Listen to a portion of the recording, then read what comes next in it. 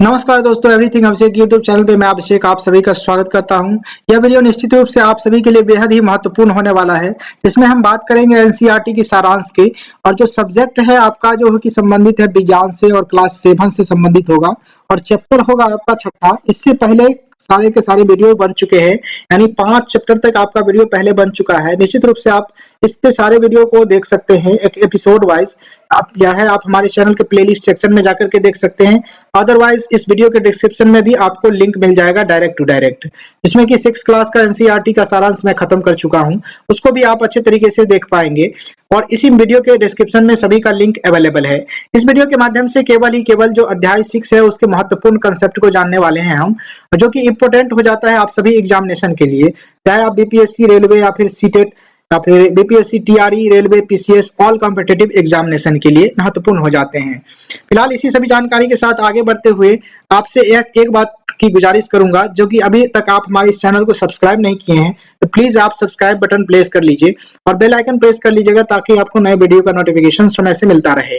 आगे बढ़ेंगे और वीडियो कैसा लगता है निश्चित रूप से आप कमेंट करके अपना राय जरूर दीजिएगा और लाइक करके हमारा मोटिवेशन बढ़ाइएगा, ताकि आपको आपके लिए जो है कि और नए तरीके से और अच्छे वीडियो लाने की कोशिश में करता रहूं। आगे बढ़ेंगे, देख सकते हैं यहाँ पर, देख सकते हैं सबसे पहले आपका चैप्टर का नाम छठा चैप्टर, जो कि कहता है कि भौतिक एवं रासायनिक परिवर्तन के बारे में। इसी के बारे में यहाँ पर जानकारी दिए गए हैं कि भौतिक और रासायनिक परिवर्तन क्या होते हैं। इनसे जुड़ी प्रमुख शब्द है यहाँ पर देख लेते हैं। इनके प्रमुख शब्द कौन कौन से हैं? तो रासायनिक परिवर्तन एक प्रकार का शब्द है, प्रमुख शब्द इसी चैप्टर के अंतर्गत हमें समझने को मिलेगा। रासायनिक अभिक्रिया क्या होता है? क्रिस्टलीकरण क्या होता है? यसद लेपन क्या होता है? इसको आप जो पानी चढ़ाना बोलते हैं उसी को यसद लेपन कहते हैं। आगे जानेंगे और तरीके से। भौतिक परिवर्तन क्या होता है और जंग लगना कौन से परिवर्तन है? आप कमेंट बॉक्स में कमेंट करके बताने की कोशिश कीजिएगा। अदरवाइज हम आपको इस वीडियो के अंतर्गत जरूर बताएंगे। वीडियो को लास्ट तक देखिएगा और शेयर करिएगा दोस्तों के साथ। यहाँ देख सकते हैं आपके स्क्रीन पे सबसे पहला फैक्ट आपके स्क्रीन पे भौतिक और रासायनिक परिवर्तन के रूप में कहा जा रहा है कि व्यापक रूप से ये परिवर्तन दो प्रकार के होते हैं। यानी कि जो कोई भी परिवर्तन किसी भी पदार्थ में होता है तो व्यापक रूप से देखते हैं तो दो ही प्रकार के होते हैं, या फिर भौतिक परिवर्तन हो सकता है या फिर रासायनिक परिवर्तन हो सकता है, जिसके कारण उसमें किसी भी पदार्थ में परिवर्तन आता है। ध्यान रखेंगे यहाँ पर जो है कि पहला फैक्ट के रूप में जो देखें तो पदार्थ के आकार, माप यानी कि साइज, रंग और अवस्था जैसे कि गुण उसके भौतिक गुण कहलाते हैं। ध्यान रखेंगे पदार्थ के जो आकार होते हैं, साइज होते हैं, रंग होते हैं और अवस्था होते हैं, ये सारे गुण जो होते हैं भौतिक गुण के अंतर्गत आते हैं। ये सारे गुण भौतिक गुण कहलाते हैं। वह परिवर्तन जिसमें किसी पदार्थ की भौतिक गुणों में परिवर्तन हो जाता है वह भौतिक परिवर्तन के रूप में जाने जाते हैं या फिर कहलाते हैं। भौतिक परिवर्तन सामान्यतः उत्क्रमणीय होता है, यानी भौतिक परिवर्तन जो होता है हमेशा जो है कि क्या होता है तो उत्क्रमणीय होता है। ऐसे परिवर्तन में कोई नया पदार्थ नहीं बनता है। यानी उत्क्रमणीय कहने का मतलब कि परिवर्तन में क्या होता है तो कोई नया पदार्थ नहीं बनता है, उसी पदार्थ में कोई ना कोई चेंजिंग आ जाता है। ध्यान रखेंगे। आगे बढ़ेंगे तो नेक्स्ट फैक्ट के रूप में आपके स्क्रीन पे कि मैग्नीशियम हाइड्रोक्साइड एक क्षारक है। क्या है? तो मैग्नीशियम हाइड्रोक्साइड एक क्षारक है, बेस है। अतः मैग्नीशियम हाइड्रोक्साइड एक नया पदार्थ है जो कि मैग्नीशियम को जलने पर बनता है। यानी कि जब रासायनिक परिवर्तन की हम बात करें उसमें क्या होता है तो कोई एक नया पदार्थ का निर्माण हो जाता है जब रासायनिक परिवर्तन होता है। उसी प्रकार से जब मैग्नीशियम हाइड्रोक्साइड एक क्षारक के रूप में बनता है तो वहां पर मैग्नीशियम और ऑक्साइड के बीच जब रिएक्शन होता है तो निश्चित रूप से यहाँ पर जो है कि मैग्नीशियम ऑक्साइड का निर्माण होता है, जो कि नया पदार्थ है जो मैग्नीशियम के जलने पर बनता है। यानी कि मैग्नीशियम हाइड्रोक्साइड एक नया पदार्थ, अन्य नया पदार्थ है जो कि मैग्नीशियम हाइड्रोक्साइड के जल में घोलने से बनता है। मैग्नीशियम जो हाइड्रोक्साइड है वो जल में घोलने पर बन जाता है। ध्यान रखेंगे। अगला जो फैक्ट है जो कि कहता है कि बोतल में लगभग आधा कप पानी लेकर उसमें 1 चम्मच कॉपर सल्फेट या फिर नीला थोथा कहते हैं, पूछा जा सकता है आपको एग्जामिनेशन में कि नीला थोथा के नाम से किसे जाना जाता है? तो कॉपर सल्फेट को नीला थोथा के नाम से जाना जाता है। ध्यान रखेंगे। इसको घोल लेने के लिए कहा जा रहा है और इस विलयन में तनु जो है कि सल्फ्यूरिक यानी सांद्र सल्फ्यूरिक अम्ल जो है कि अम्ल की कुछ बूंदे मिलाइए और आपको नीले रंग का विलयन मिल जाएगा। यानी कि आपको एक बात से यहाँ पर प्रयोग पूछा जा सकता है कि कॉपर सल्फेट के विलयन में सल्फ्यूरिक अम्ल की कुछ बूंद मिलाने से किस रंग का विलयन प्राप्त होता है, वह नीले रंग का विलयन प्राप्त होता है। ध्यान रखेंगे इस बात को। आगे बढ़ेंगे तो देख सकते हैं यह कॉपर सल्फेट का विलयन है जो कि नीला कलर का है, और यह जो ब्लेड है वो लोहे की ब्लेड है जो आयरन सल्फेट है। देख सकते हैं आयरन सल्फेट है, यह जो हरा कलर का विलयन है वो आयरन सल्फेट है, जिसमें कि लोहे की जो परत है, लोहे की जो ब्लेड है उसको डाला गया है। इसमें क्या हुआ है कि लोहे के साथ अभिक्रिया के कारण कॉपर सल्फेट का जो विलयन है वह रंग में परिवर्तन कर लिया है। इसमें क्या हुआ, तो इस जो लोहे की जो ब्लेड है उस पर जो है कि तांबा का लेयर चढ़ गया, इसी को यसद लेपन कहा जाता है, यानी कि पानी चढ़ाना जिसको बोलते हैं वही कहा जाता है। आगे पढ़ेंगे जानने को मिलेगा आपको। यहाँ देख सकते हैं नेक्स्ट पॉइंट के रूप में कि सिरका को क्या बोलते हैं, तो एसिटिक अम्ल बोलते हैं। खाने के सोडा को जो बोलते हैं कि सोडियम हाइड्रोजन कार्बोनेट होता है। खाने की सोडा क्या होता है, तो सोडियम हाइड्रोजन कार्बोनेट होता है। हाइड्रोजन कार्बन डाइऑक्साइड को CO2 बोलते हैं, और अन्य पदार्थ के साथ जब अभिक्रिया होता है तो इस प्रकार से उत्सर्जित होता है। यानी कि जब सिरका और खाने की सोडा को मिलाया जाता है तो कार्बन डाइऑक्साइड उत्पन्न होता है और अन्य पदार्थ के रूप में निकल जाता है। आगे बढ़ेंगे तो जब कार्बन डाइऑक्साइड को चूने की पानी में प्रवाहित किया जाता है तो कैल्शियम कार्बोनेट बनता है। ध्यान रखेंगे, इसको ध्यान रखने की जरूरत है इस प्रकार से कि पूछा जा सकता है आपका कि जब कार्बन डाइऑक्साइड को चूने की पानी में प्रवाहित करने पर कौन सा जो है कि पदार्थ या फिर कौन सी चीज बनता है, तो कैल्शियम कार्बोनेट बनता है। जिससे जिससे क्या होता है, तो चूने का पानी या फिर दूधिया हो जाता है। यानी चूने का पानी क्या होता है, तो दूधिया हो जाता है, दूध कलर का हो जाता है।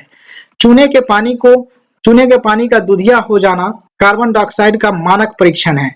चूने का जो पानी है उसको जो दूधिया हो जाना किस प्रकार का परीक्षण है, तो मानक परीक्षण है। ध्यान रखेंगे इस बात को कि कार्बन डाइऑक्साइड का मानक परीक्षण किसे कहा जाता है, तो इस प्रकार से आप इसको दर्शा सकते हैं।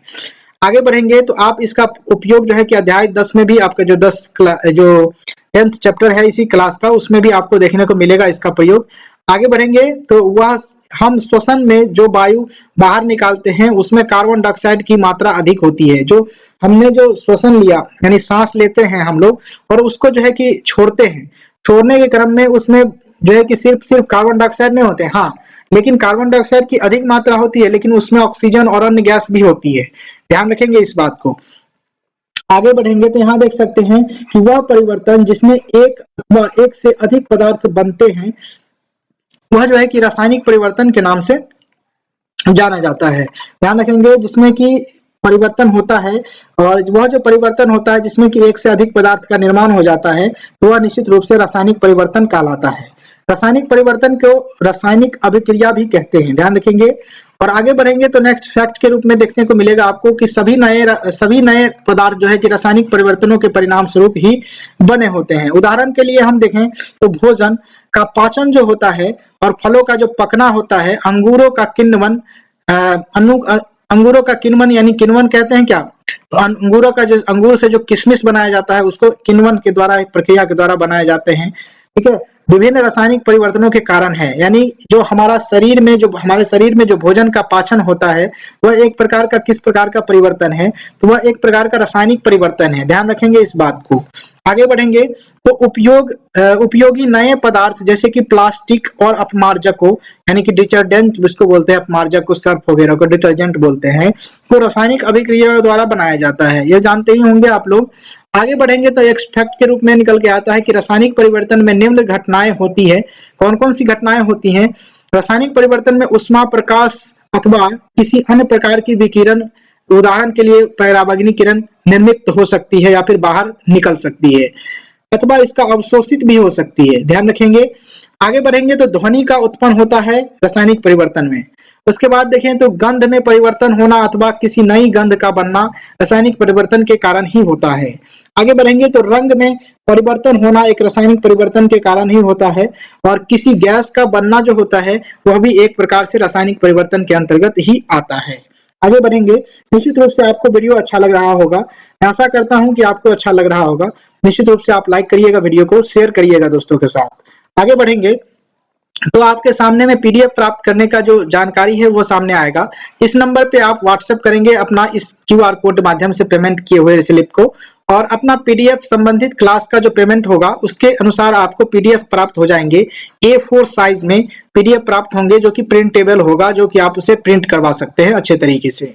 आगे बढ़ेंगे तो जानकारी आपको और दिखेगा, और यह जानकारी निकल के आता है मैग्नीशियम के फीते का जलना एक रासायनिक परिवर्तन है। यानी कि जो मैग्नीशियम का फीता होता है उसका जलना क्या होता है, तो रासायनिक परिवर्तन है। कोयला, लकड़ी अथवा पत्तियों का जलना भी क्या होता है, तो एक प्रकार का रासायनिक परिवर्तन है। वास्तव में किसी भी पदार्थ का जलना एक रासायनिक परिवर्तन है। जलने के साथ सदैव ऊष्मा उत्पन्न होता है। इससे आप कह सकते हैं कि इसमें एक नए पदार्थ का उत्पन्न हुआ, इसलिए हम जान सकते हैं, हम कह सकते हैं कि यह एक रासायनिक परिवर्तन है।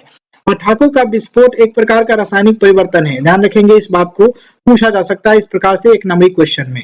आगे बढ़ेंगे तो जब भोजन सामग्री बासी हो जाती है अथवा सड़ गल जाती है तो उसमें दुर्गंध आने लगती है।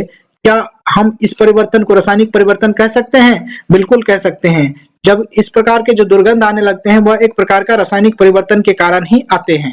आगे बढ़ेंगे तो फैक्ट के रूप में सुरक्षात्मक आवरण के रूप में कहा जा रहा है एक फैक्ट कि आपने वायुमंडल में ओजोन की परत के बारे में अवश्य सुना होगा, और यह हमारे सूर्य के प्रकाश में उपस्थित हानिकारक पराबैंगनी विकिरणों से बचाता है। ध्यान रखेंगे कि ओजोन जो परत है इसमें पराबैंगनी विकिरण को अवशोषित करने की जो क्षमता है, और ऑक्सीजन को परिणित करने की जो ऑक्सीजन जो परिणित हो जाता है किस प्रकार से हो जाता है कि ऑक्सीजन ओजोन के भिन्न होती है। ऑक्सीजन जो होती है कि ओजोन से भिन्न होती है। ऑक्सीजन का O2 होता है और ओजोन का O3 होता है। देखें, ध्यान रखेंगे इस बात को। ओजोन का जो अणुसूत्र होता है वह O3 होता है, ऑक्सीजन का होता है O2। तो इस बात को आप ध्यान रख सकते हैं। आगे बढ़ेंगे तो यहाँ से देखें तो जानकारी आपके सामने, पादप पौधे अपना भोजन प्रकाश संश्लेषण नामक प्रक्रम द्वारा स्वयं बनाते हैं। क्या हम प्रकाश संश्लेषण को रासायनिक परिवर्तन कह सकते हैं? बिल्कुल हाँ, कह सकते हैं। कहा कि पाचन भी एक प्रकार का रासायनिक परिवर्तन है। निश्चित रूप से यह जो एक प्रकार का पाचन होता है इसमें, तो यह एक प्रकार का रासायनिक परिवर्तन ही कहलाएगा। आगे बढ़ेंगे तो जानकारी आपके सामने आएगा जंग लगने से। जंग लगने के लिए ऑक्सीजन और जल आवश्यक अथवा जो है कि जल वाष्प दोनों की उपस्थिति अनिवार्य होती है। यानी जब जंग लगने की प्रक्रिया होती है उसमें ऑक्सीजन और जल की आवश्यकता होती है, साथ ही साथ जल वाष्प की भी आवश्यकता होती है। इसकी उपस्थिति में ही किसी भी पदार्थ पर जंग लगता है, यानी कि जो लोहे पर जंग लगता है वह। ठीक है, ध्यान रखेंगे। एक अन्य उपाय लोहे के ऊपर क्रोमियम अथवा जस्ता, यानी जब हम देखें कि लोहे पर जंग लगने से हमें रोकने की आवश्यकता होती है तो हमें क्रोमियम एवं जस्ता या फिर जिंक जैसी धातु की जो है कि परत चढ़ानी होती है। लोहे पर जिंक की परत चढ़ाने से चढ़ाने की जो प्रक्रम होती है वह यसद लेपन कहलाता है। ध्यान रखेंगे, यसद लेपन किसे कहा जाता है, तो लोहे पर जब हम जिंक की परत चढ़ाते हैं तो उसे यसद लेपन कहलाता है या फिर गैल्वेनोनाइजेशन कहलाता है। गैल्वेनाइजेशन कहलाता है। ध्यान रखेंगे, इंग्लिश में यसद लेपन को गैल्वेनाइजेशन कहते हैं। ध्यान रखेंगे। घरों में पानी की आपूर्ति के लिए उपयोग होने वाली लोहे के पाइप पर जो है कि लोहे की पाइप यसद लेपित होती है, यानी कि जो है कि चमकीला जो होता है चांदी कलर का, यह यसद लेपित होती है, जिसमें उसमें जंग नहीं लगता है। यह कि जिससे क्या होता है तो उसमें जंग नहीं लगता है। ध्यान रखेंगे।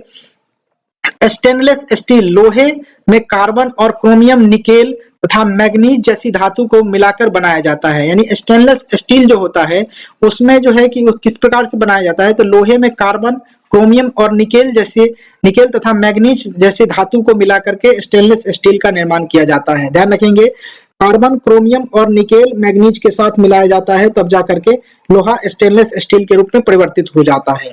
आगे बढ़ेंगे तो किसी पदार्थ के शुद्ध क्रिस्टल बनाने के लिए विलयन से प्राप्त किए जा सकते हैं।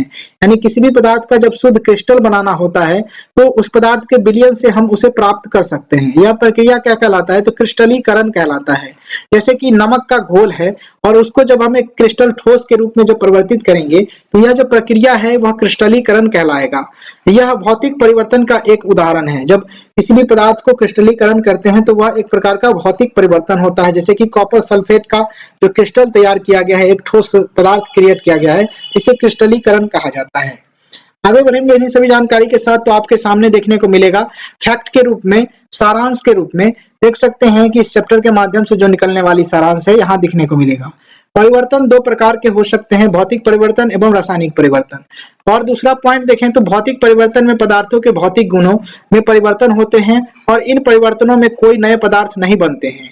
परिवर्तन उत्क्रमणीय हो सकते हैं। ध्यान रखेंगे, और जैसा कि देखें तो नेक्स्ट पॉइंट में कहा जाता है कि रासायनिक परिवर्तन में नए पदार्थ का निर्माण होता है एवं उसमें का उत्पादन होता है, गंध में परिवर्तन हो सकते हैं। इस प्रकार से आप जान गए होंगे। नेक्स्ट जो पॉइंट है आपके सामने, कुछ पदार्थों को क्रिस्टलीकरण के द्वारा उनके विलयनों से शुद्ध अवस्था में प्राप्त किया जाता है। ध्यान रखेंगे कि कोई भी पदार्थ है उसे क्रिस्टलीकरण के द्वारा ही उस विलयनों के शुद्ध रूप की अवस्था में जो है कि प्राप्त किया जा सकता है। ध्यान रखेंगे, यह बात आप जानते हैं या नहीं, इसके बारे में जानने की जरूरत है कि दिल्ली का जो कुतुब मीनार के पास जो लोहे का स्तंभ है, जो कि 7 मीटर से ऊंचा है, 7 मीटर से अधिक ऊंचा है, इसका भार 6000 किलोग्राम है से अधिक है और इसे 1600 वर्ष से अधिक पहले बनवाया गया था और इतने वर्षों के बाद भी इस पर जंग नहीं लगा है।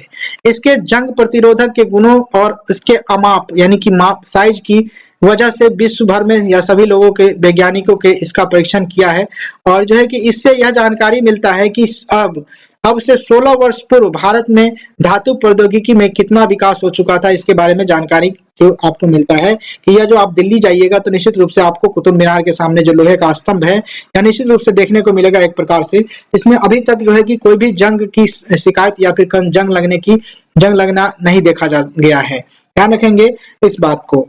आगे बढ़ेंगे तो आपको नेक्स्ट चैप्टर आएगा जो कि आपको नेक्स्ट वीडियो में देखने को मिलेगा। फिलहाल इस वीडियो में बस इतना ही। Thank you for watching this video. जय हिंद, वंदे मातरम। वीडियो कैसा लगा निश्चित रूप से लाइक करके, शेयर करके, कमेंट करके बताने की कोशिश कीजिएगा। जय हिंद, वंदे मातरम।